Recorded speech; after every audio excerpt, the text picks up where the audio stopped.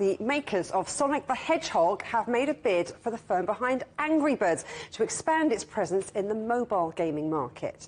Now, Japanese gaming giant Sega Sammy has agreed to buy Angry Birds maker Rovio for $776 million. The global gaming market is projected to grow to more than $263 billion by 2026, with mobile gaming expected to increase by 56%.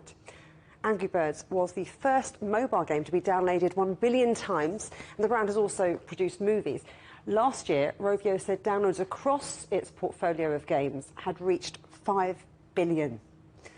Well, Serkan Toto is CEO of Kantan Games, a Japanese game industry consultancy. Thanks ever so much for joining us. I mean, this is exciting stuff. Not a surprise that Rovio was a takeover target, but did you expect the buyer to be Sega? Not at all. You know, I think that nobody in the industry had Sega as a potential acquirer of Rovio in their bingo card. So this news over the weekend came totally out of the blue for everybody. It's a big number deal. I mean, Sega thinks mobile gaming is very much the future, but did you think it was money well spent? Yeah, so, you know, a couple of days ago, the Saudi Arabian Public Investment Fund paid $5 billion for a Rovio competitor in Los Angeles.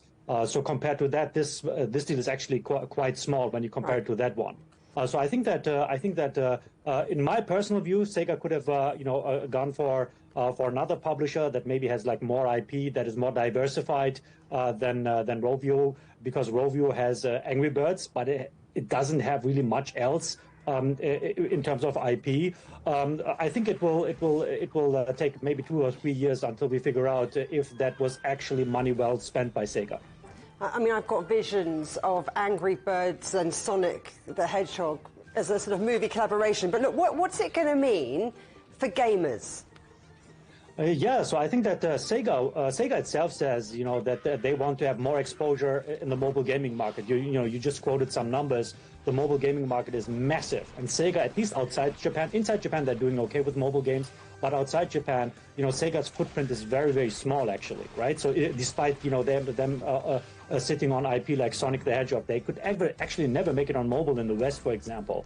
But that changes with the Rovio acquisition, because Angry Birds it's not the giant it was 7-8 years ago, but it's still a very valuable IP with a super high brand recognition.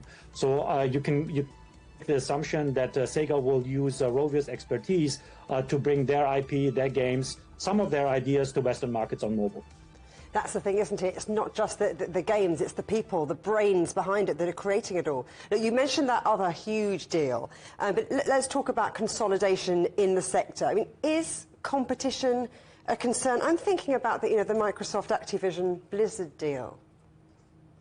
Yeah, so that one is the biggest deal in the history of gaming altogether, right? So, but you can see like a certain streak of mega deals in the last 2 to 3 years, and people thought that in tandem with global like stagnation or like even decline of the economy that a lot of countries are seeing across the world, that it will actually impact the gaming industry in terms of valuations and deals and things like that. But we are just 3.5 months into 2023, and we already seen 2 mega deals in the gaming industry, and I think that there's a couple more coming by the time we reach December of this year. So I think that this is not the end of the road. Serkan Toto, thank you very much. Thank you.